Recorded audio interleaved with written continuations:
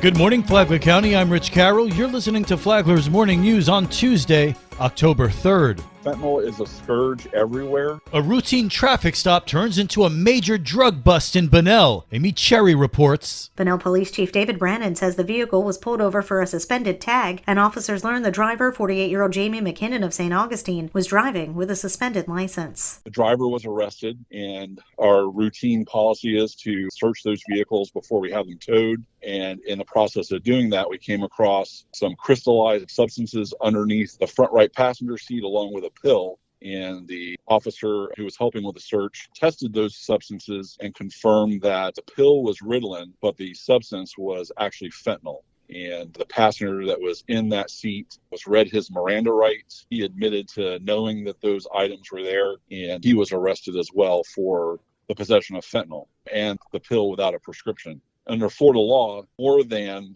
4 grams of fentanyl is considered trafficking, which is a first-degree felony and carries some very severe penalties if convicted. And when we weighed that substance, it weighed out to be 8 grams of fentanyl. So glad to get that off the street. Fentanyl is deadly, even in small doses. According to the CDC, 66% of overdose deaths involve synthetic opioids like fentanyl. It's deadly and very devastating. A lot of folks have unfortunately lost family members who have drug addictions and then have been overdosed on fentanyl. So to get something like this off the street is a good day for us. This local news is a service of Flagler County's Toyota dealer, Beaver Toyota, US 1 St. Augustine, here to wow you.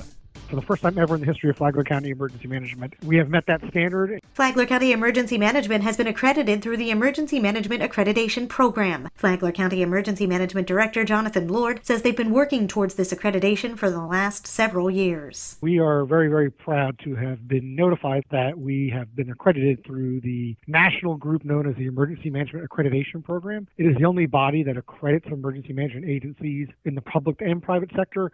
In the U.S., if not the entire world, they actually do have some international entities they've accredited as well. It's a massive amount of pride for us, but really more importantly than just pride for us, it's the fact that we actually had outside people come in and evaluate our programs, our systems, our plans, and make sure they met an independent objective standard. It's a testament not just to our emergency management program, our very small team of 5 staff, but also our 20 or so volunteers, all of the other county departments and city departments that we work with on a regular basis when there is a disaster, as well as our entire community. It truly evaluates everything from how we educate our community, how our community interacts with us, to the plans for the most obscure kind of emergency, to things like hurricanes and pandemics like COVID. The accreditation lasts for 5 years. From the WNZF Newsroom, I'm Amy Cherry.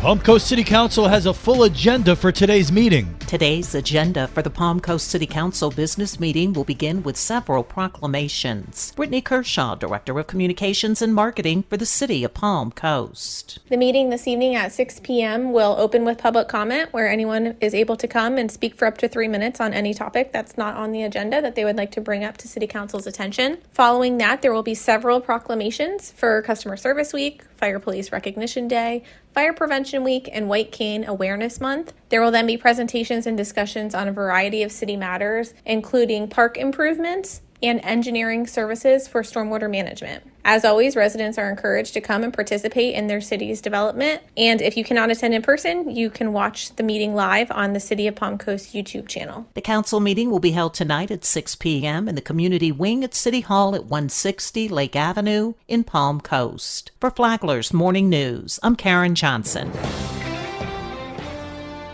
How do you find out about Team Feed Flagler? Dottie Coletta with Grace Community Food Pantry said it's easy. Just go online. Go on our website, which is gracecommunityfoodpantry.com, and you go to the Team Feed Flagler button.